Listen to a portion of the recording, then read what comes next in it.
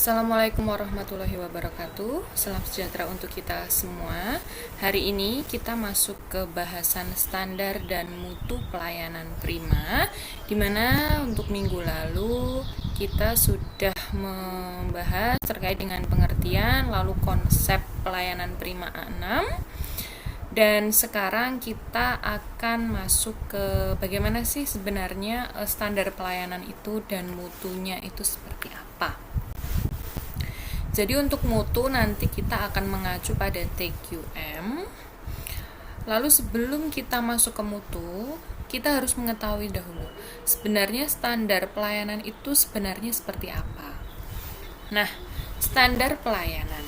Jika kita berbicara mengenai standar, itu berarti kita berbicara terkait dengan tolok ukur.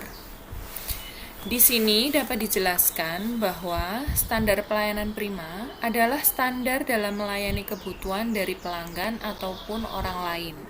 Melayani di sini pada dasarnya adalah aktivitas yang bersifat tidak berwujud. Jadi berupa segala sesuatu yang bisa ditawarkan ataupun dirasakan oleh pelanggan maupun konsumen yang dilayani. Nah, saudara, untuk standar pelayanan instansi pemerintah itu sudah diatur tentunya di dalam peraturan menteri ya. Di sini ada Permenpan RB tahun 2012 tentang pedoman penilaian kinerja unit pelayanan publik. Seperti yang sudah saya sampaikan di minggu lalu, bahwa untuk standar pelayanan di instansi swasta maupun pemerintah ini akan berbeda karena nanti untuk aturannya juga berbeda. Jadi kalau misalnya di instansi swasta itu akan tergantung pada masing-masing instansi yang menaunginya. Tapi kalau di instansi pemerintah itu sudah diatur tersendiri, dan untuk pedoman ini semua ASN itu sama.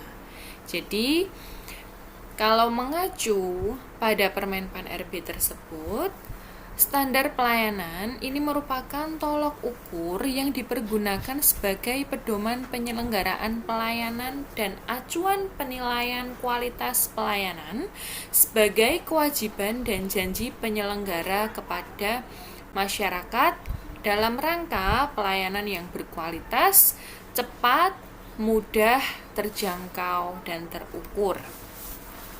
Nah, itu merupakan pengertian ya dari standar pelayanan sesuai dengan Permenpan RB. Nah, seperti yang kita pelajari juga kemarin bahwa pelayanan prima ini kan bukan merupakan istilah yang baru ya. Jadi kata prima itu diperuntukkan baik itu pelayanan yang bersifat profit maupun non-profit. Kemudian bentuk pelayanan prima ini bisa dicontohkan seperti ramah, senyum, sopan, cepat, tepat, tanggap, kemudian tanggung jawab. Nah, di sini diharapkan seorang pelayan itu dapat menerapkan beberapa hal itu kepada pelanggan ataupun konsumen. Nah, untuk kesimpulannya saudara, bahwa standar pelayanan ini kan merupakan satu tolak ukur ya, sehingga dengan adanya standar pelayanan ini itu akan menjadi jaminan mutu pelayanan yang seharusnya diterima oleh pelanggan. Jadi standar pelayanan ini berguna sebagai jaminan tersebut. Lalu di sisi pelaksana layanan, untuk standar pelayanan ini digunakan sebagai pedoman kerja, saudara. Jadi biasanya pelaksana layanan itu akan mengacu pada pedoman yang ada di dalam satu instansi ya, sehingga ketika sudah ada standar pelayanannya bagaimana, maka itulah yang dijadikan pedoman oleh si pelaksana layanan agar nantinya dapat memberikan kualitas pelayanan yang bermutu bagi pelanggan. Di sini dijelaskan ada perbedaan tujuan pelayanan sektor publik dan sektor bisnis. Nah, memang kan seringkali kita melihat ya bahwa pelayanan di kedua sektor ini seringkali berbeda. Hal ini disebabkan karena tujuan dari pelayanan juga berbeda. Kan kemarin kita juga sudah membahas ya bahwa untuk definisi pelayanan prima itu tidak bisa saklek itu, karena kita kembalikan lagi kepada instansi terkait, kita sesuaikan dengan visi, misi, dan tujuannya seperti apa. Nah, di sini disajikan dalam bentuk perbandingan terkait dengan tujuan pelayanan sektor publik dan sektor bisnis. Kita lihat dulu di sisi sektor publik, di mana tujuannya implementasi dasar hukum. Jadi seperti tadi ya, ada dasar-dasar hukum yang memberikan pedoman terkait dengan standar pelayanan yang ditetapkan itu tadi. Lalu fokus pada wide stakeholder, lalu memberdayakan masyarakat dan dituntut akuntabel terhadap publik. Ini jelas ya, karena biasanya untuk sektor publik ini kan melayani masyarakat secara umum, jadi diharapkan untuk dapat melaksanakan kegiatan itu yang mendukung masyarakat, kemudian memberdayakan masyarakat, kemudian harus akuntabel, seperti itu. Lalu berbeda saudara dengan sektor bisnis. Ini adalah implementasi kebijakan direksi. Jadi itu sesuai dengan kebijakan masing-masing direksi ya untuk standar pelayanannya. Lalu fokus pada shareholder, bertujuan mencari keuntungan. Ini jelas karena kalau sektor bisnis itu kan pasti bertalian dengan mencari keuntungan ya, harus profit, namanya juga bisnis seperti itu. Lalu dituntut akuntabel pada shareholder tersebut. Nah, kalau untuk sektor bisnis kan selain melayani masyarakat, tapi di dalam hal ini masyarakat tersebut adalah shareholdernya. Jadi bagaimana dia dapat bersifat untuk baik, melayani, bermitra, kemudian nantinya dapat mendapatkan keuntungan dari usaha apa yang dijalankan. Sesuatu yang sudah terstandar erat kaitannya dengan mutu. Mutu adalah sesuai yang disyaratkan atau yang distandarkan. Jadi memang antara standar dan mutu ini kan berkaitan ya di dalamnya. Ketika memang sudah ada standar, maka itulah jaminan mutu yang diberikan oleh satu perusahaan kepada pelanggan ataupun konsumen. Nah, lalu saudara perlu diketahui ya bahwa perubahan paradigma di masyarakat itu kan semakin semakin harus dipahami ya oleh seorang pelaku pelayanan. Jadi paradigma ini merupakan sekumpulan asumsi ataupun anggapan-anggapan yang memungkinkan seseorang menciptakan realitasnya sendiri. Sehingga pelayanan pada masyarakat ini di masa mendatang itu harus memenuhi beberapa syarat ini. Jadi makin lama tentunya harus makin baik, karena sebuah pelayanan itu kan pasti kan berhubungan dengan pelanggan. Nah, ketika pelayanan tersebut mungkin kurang baik, kemudian pasti kan ada masukan dari pelanggan.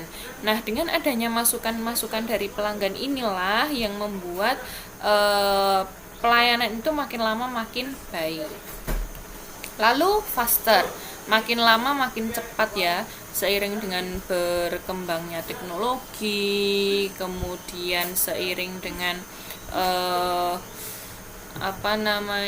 revolusi industri 4.0 itu kan memanfaatkan teknologi informasi yang begitu banyaknya, sehingga dengan adanya teknologi tersebut pasti ini kan mendukung pelayanan itu untuk makin cepat. Sekarang untuk mengurus apa saja itu kan tidak harus ke tempatnya ya. Kalau harus ke tempatnya, misalnya saja pengurusan KTP harus ke Dukcapil, tapi sebelumnya kita harus mengurus dulu ke kelurahan, kemudian kecamatan, begitu. Ini kan membutuhkan waktu yang lama ya.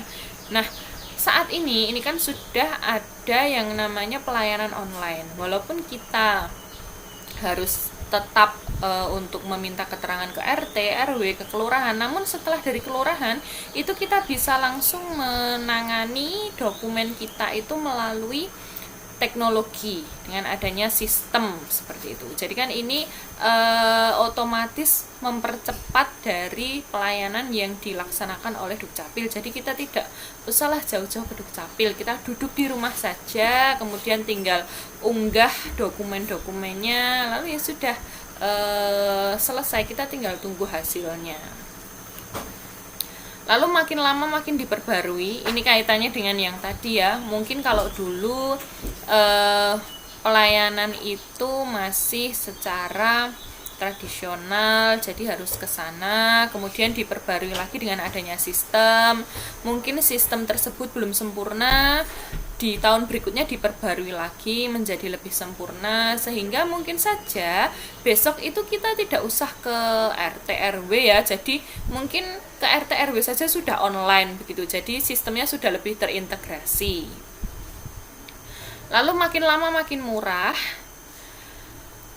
kemudian makin lama makin sederhana. Jadi dengan adanya sistem itu tadi ya, selain paperless, itu juga lebih sederhana, tidak ribet begitu ya. Memang kalau untuk pelayanan ini diharapkan kedepannya itu dapat semakin baik, makin cepat, makin diperbarui, makin murah, dan makin sederhana. Nah, ini tentunya untuk memudahkan pelanggan dalam mendapatkan pelayanan baik itu di instansi swasta maupun di instansi pemerintah. Apalagi dengan adanya pandemi seperti sekarang ini ya, untuk pelayanan apapun kan sudah cepat ya. Mungkin kalau Anda bermasalah dengan kartu SIM misalnya, itu kan bisa langsung diselesaikan menggunakan email. Ada salah satu provider itu saya ya, ini pengalaman saya menggunakan salah satu provider. Kemudian saya tidak pencet apa-apa, tapi ternyata berlangganan sesuatu, berlangganan airing. Padahal saya kan tidak berlangganan, saya tidak merasa berlangganan, tapi kok ternyata berlangganan. Lalu saya mengirimkan email ke provider tersebut. Nah, dalam jangka waktu yang cepat itu langsung terselesaikan. Jadi dimintai data diri, kemudian permasalahannya apa secara lengkap begitu. Lalu kita tinggal menunggu saja, kemudian dari pihak providernya langsung menonaktifkan dari berlangganan tersebut. Nah, ini kan merupakan kemudahan-kemudahan ya yang dirasakan oleh pelanggan, bahwa memang seiring dengan tuntutan zaman sekarang, pelayanan pada masyarakat itu harus memenuhi beberapa hal seperti yang Anda baca tadi. Nah, kemudian itu muncul yang namanya total quality management ya. Jadi total quality management ini dapat meningkatkan mutu dan sekaligus menekan biaya serta mengatasi permasalahan lainnya.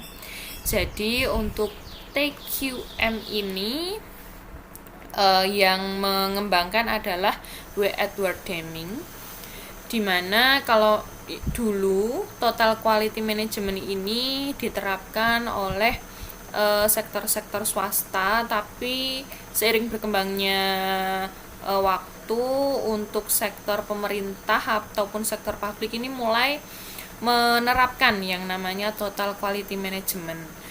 Tentunya total quality management ini adalah paradigma baru dalam manajemen yang berusaha untuk memaksimumkan daya saing organisasi melalui perbaikan secara berkesinambungan atas mutu dari barang, jasa, manusia, lingkungan organisasi.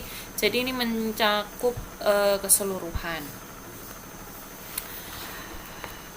Nah, untuk total quality management ini hanya dapat dicapai dengan memperhatikan hal-hal berikut ya. Jadi berfokus pada pelanggan. Ini jelas ketika kita melakukan pelayanan prima, fokusnya harus pada pelanggan. Yang menentukan mutu barang dan jasa adalah pelanggan, tentunya dalam hal ini pelanggan eksternal ya. Jadi kita akan memberikan jasa, memberikan barang, itu kan pelanggan eksternal yang merasakan. Nah, lalu mutunya itu didapat dari mana? Tentunya dari testimoni, kemudian dari pengalaman dia merasakan apa yang sudah dia dapatkan, seperti itu. Lalu obsesi terhadap mutu. Di sini penentu akhir mutu adalah pelanggan internal dan eksternal. Dengan mutu yang ditentukan tersebut, organisasi harus berusaha memenuhi atau melebihi yang telah ditentukan. Jadi di sana ada sasaran yang harus ditentukan itu seberapa. Nah, sebisa mungkin sebagai pelayan atau yang memberikan pelayanan, kita harus memenuhi apa yang sudah ditentukan tersebut. Jadi standar tadi itu loh. Jadi standar itu harus dipenuhi atau bahkan dilebihi. Sehingga nanti akan muncul tadi kepuasan dari pelanggan. Lalu pendekatan ilmiah di sini terutama untuk merancang pekerjaan dan proses pembuatan keputusan dan pemecahan masalah yang berkaitan dengan pekerjaan yang dirancang tersebut itu memerlukan pendekatan ilmiah ini. Caranya bagaimana sih untuk menentukan pendekatan ilmiah? Misalnya dengan observasi ke pelanggan-pelanggan. Itu kan merupakan salah satu pendekatan ilmiah ya. Jadi ada penelitian kecil-kecilan lah, observasi ke pelanggan, apakah puas ataukah tidak. Kita lihat ke beberapa pelanggan dalam kurun waktu 1 minggu. Kemudian kita lihat penilaiannya. Oh, ternyata dalam kurun 1 minggu ini, itu kan merupakan sampel ya. Jadi dalam kurun waktu 1 minggu ternyata pelayanan kita sudah baik. Jadi mungkin kedepannya perlu diperbaiki pada pokok ini yang penilaiannya mungkin di bawah standar, misalnya seperti itu. Lalu komitmen jangka panjang. Jadi komitmen ini memang penting ya, karena apa-apa sekarang itu harus berkelanjutan. Agar penerapan dari total quality management ini dapat berhasil, memang dibutuhkan budaya organisasi yang baru. Anda mungkin sudah mempelajari terkait dengan budaya organisasi ya. Jadi kalau dengan adanya budaya organisasi yang sudah tertanam, itu kan membudayakannya kan lebih gampang, sehingga dengan adanya budaya yang sudah tertanam tersebut, yang sudah baik, akan menjadi semakin baik seiring dengan perkembangan waktu. Jadi untuk itu perlu ada komitmen jangka panjang guna mengadakan perubahan dari budaya tersebut. Lalu kerjasama tim. Untuk menerapkan total quality management ini, kerjasama tim, baik dalam hal ini tim internal maupun mitra, itu perlu terus-menerus dijalin dan dibina. Nah, sebagai seorang pelayan itu kita wajib ya untuk menerapkan kerjasama tim ini, baik di tim lingkup organisasi maupun kepada pelanggan, kemudian kepada mitra, agar nantinya dapat terjadi hubungan yang terus-menerus sehingga tidak pernah putus. Lalu perbaikan sistem secara berkesinambungan. Sini setiap barang dan jasa dihasilkan melalui proses-proses di dalam suatu sistem ataupun lingkungan. Oleh karena itu, sistem yang ada perlu diperbaiki secara terus-menerus agar mutu yang dihasilkan meningkat.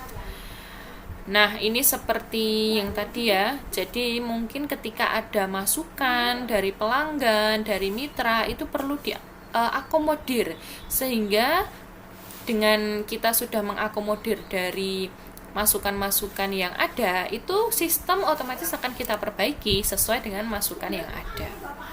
Lalu pendidikan dan pelatihan. Nah, ini kaitannya dengan sumber daya manusia ya. Jadi, dalam organisasi yang menerapkan total quality management itu, pendidikan dan pelatihan ini merupakan faktor fundamental. Nah,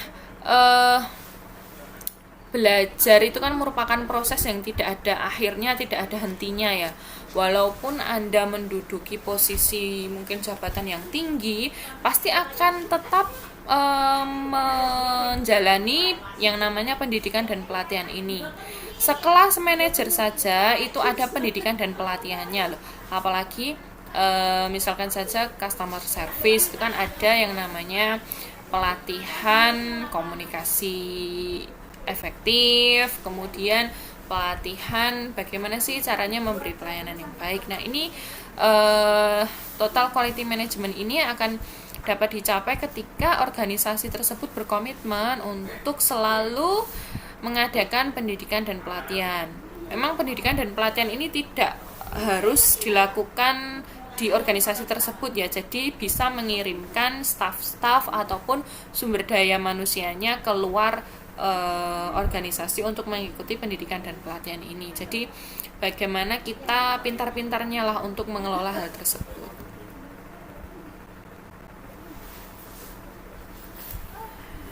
Nah, tadi dijelaskan bahwa pelayanan itu harus mengacu pada kepuasan pelanggan, gitu. Nah, kemudian kepuasan pelanggan ini sebenarnya yang seperti apa? Jadi, tingkat kepuasan ini adalah perbedaan ya antara kinerja yang dirasakan dengan harapan. Jadi, di situ ada gap. Dengan demikian, apabila dikaitkan dengan pelanggan, maka pelanggan itu dapat merasakan hal-hal berikut, biasanya ada 3. Misalnya saja kinerja kita di bawah harapan, tentunya perasaan pelanggan pasti akan kecewa.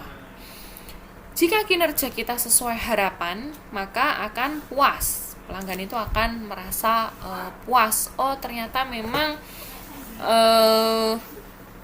harapan saya itu sudah sesuai dengan apa yang dilakukan oleh si pelayan. Lalu ketika tadi melebihi harapan, perasaan pelanggan itu akan sangat puas. Dan disinilah pelayanan prima itu bernaung di yang ketiga ini. Di sini ada 3 level harapan pelanggan ya. Jadi yang pertama itu harapan yang paling sederhana. Biasanya ini berbentuk asumsi ya. Jadi misalnya saya berharap bahwa perusahaan penerbangan ini menerbangkan saya sampai tujuan dengan selamat. Atau saya berharap bank dapat menyimpan uang saya dengan aman. Itu harapan-harapan sederhana. Jadi memang selayaknya seperti itu. Itu level pertama dari harapan pelanggan. Lalu level kedua, itu kepuasan pelanggan dicerminkan dalam pemenuhan persyaratan atau spesifikasi tertentu. Misalnya, kalau tadi saya berharap perusahaan penerbangan menerbangkan saya dengan selamat, itu kan sudah seharusnya. Nah, kalau ini misalnya perusahaan penerbangan tersebut melayani saya dengan ramah. Nah, ini cerminan dari pemenuhan persyaratan tersebut. Saya sudah bayar kok, maka kamu harusnya bersikap ramah dong. Tuh. Kalau bedanya dengan yang tadi, mereka hanya berharap saya diterbangkan dengan selamat. Saya tidak peduli untuk pelayanannya itu seperti apa. Jadi tidak ramah juga tidak peduli. Kemudian tidak melayani dengan baik juga tidak peduli, yang penting saya selamat sampai tujuan. Tapi berbeda dengan yang level kedua ini, bahwa dia harus memenuhi persyaratan tertentu, misalnya tadi harus ramah, harus sopan perilakunya ketika berada di dalam pesawat, seperti itu. Lalu yang ketiga, ini adalah pelanggan menuntut suatu kesenangan atau jasa yang demikian bagusnya sehingga membuat pelanggan ini tertarik. Misalnya tadi, perusahaan penerbangan memberi semua penumpang makanan yang sama dengan yang diberikan khusus kepada penumpang kelas 1. Nah, ini kan kemudian menjadikan perasaan pelanggan itu tertarik ya. Oh, saya bayar di kelas ekonomi tapi ternyata makanan yang saya makan sama dengan yang di kelas bisnis misalnya. Ini kan membuat kesenangan tersendiri. Jadi membuat pelanggan itu tertarik. Ya sudah deh, besok saya kembali lagi misalnya seperti itu. Itu merupakan ketiga level harapan pelanggan ya. Nah, kaitan dengan standar maupun kualitas pelayanan ini dapat dilihat dari dimensi kualitas teknis, tata cara yang baik, daya dukung teknologi, dan kualitas orang yang melayani, serta kepuasan yang dilayani. Jadi di dalam pelayanan yang prima tentunya itu ada yang namanya dimensi kualitas, saudara. Nah, biasanya ketika Anda mengambil judul skripsi terkait dengan pelayanan, itu ketika menilai terkait dengan kualitas pelayanan itu dikaitkan dengan yang namanya dimensi kualitas ini. Dimensi kualitas di sini merupakan syarat agar suatu nilai dari produk memungkinkan untuk bisa memuaskan pelanggan sesuai dengan harapan. Dengan menggunakan dimensi ini, Anda dapat mengetahui jarak antara ekspektasi pelanggan dengan harapan pelanggan terhadap pelayanan yang akan diterimanya. Dimensi kualitas ini ada 5, jadi ada tangibles, kemudian reliability, responsiveness, assurance, dan empathy. Kita akan bahas satu persatu. Jadi di dalam dimensi kualitas yang pertama itu adalah bukti langsung. Jadi bukti langsung di sini meliputi fasilitas fisik, perlengkapan, pegawai, dan sarana komunikasinya. Untuk yang bukti langsung ini memang merupakan kualitas yang dapat dilihat dan dirasakan secara langsung oleh pelanggan. Sehingga kalau kita berada di dalam bank misalnya ya, kita lihat fasilitasnya di sana. Apakah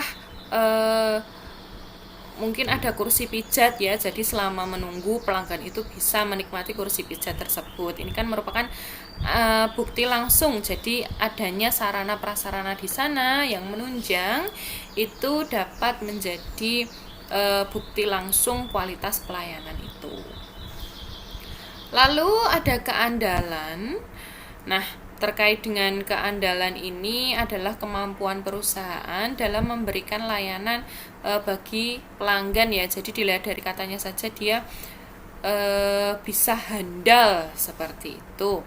Jadi untuk keandalan ini bisa dibilang lebih abstrak daripada yang tadi, karena kalau tadi kan bukti langsung ya, jadi bisa dilihat oleh mata. Oh, ada kok di situ kursi pijatnya bisa digunakan, bisa kita pakai ketika kita menunggu dipanggil oleh customer service. Nah, itu kan bisa dilihat, dirasakan secara langsung. Jadi ada buktinya.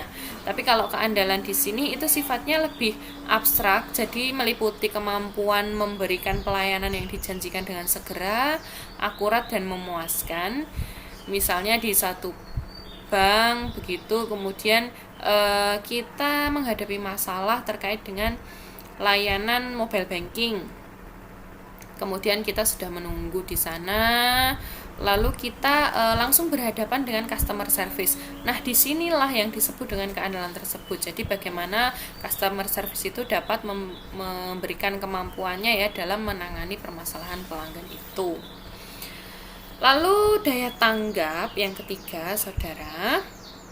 Nah, sama seperti namanya ya, daya tanggap berarti kan ini berkaitan secara langsung dengan ketanggapan si pemberi layanan oleh penerima layanan. Jadi tentang bagaimana perusahaan ini memberikan layanan yang cepat, responsif terhadap semua keinginan dan kebutuhan pelanggan. Ini seperti yang saya contohkan tadi ya, misalkan di salah satu provider, kemudian seorang pelanggannya itu ternyata dia ada permasalahan dia tidak berlangganan tapi berlangganan, kemudian dia memberikan komplain ke sana lalu ditanggapi secara cepat. Nah, ketanggapan inilah yang secara cepat untuk membantu pelanggan dalam menyelesaikan masalah itu adalah salah satu dimensi dari kualitas pelayanan prima ya, ketika kita bisa memberikan tanggapan secara cepat dan responsif. Berbeda ketika saya menghubungi provider melalui email tapi tidak mendapat balasan sama sekali. Itu kan sebagai seorang pelanggan kan kita kesel ya, kecewa, jadi merasa kita itu tidak diperhatikan.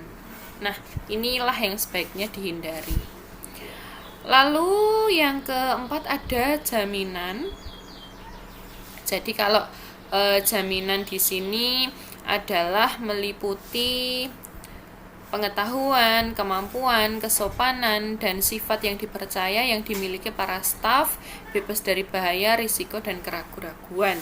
Memang ya, kalau untuk jaminan di sini kaitannya dengan kepastian yang didapatkan oleh pelanggan dari perilaku pelaku usaha atau yang memberi layanan tersebut.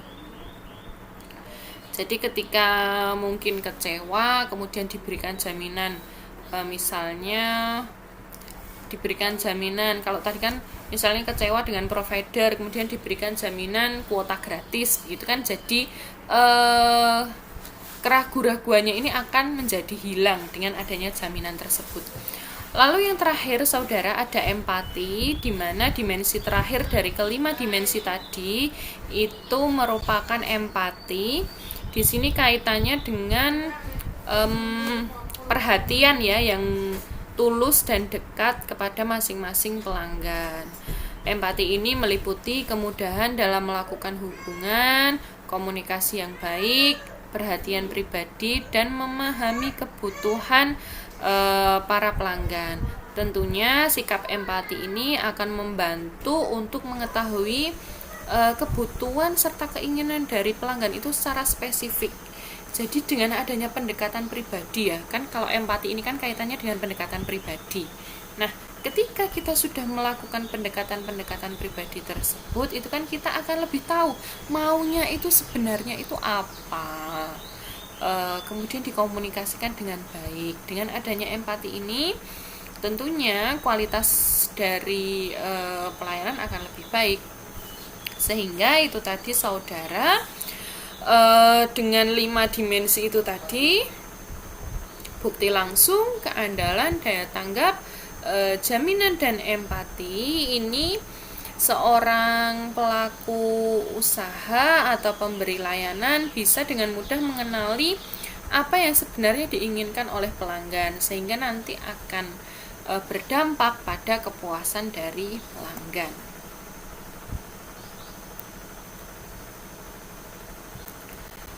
Oke saudara, mungkin itu yang bisa saya sampaikan terkait standar dan mutu pelayanan prima.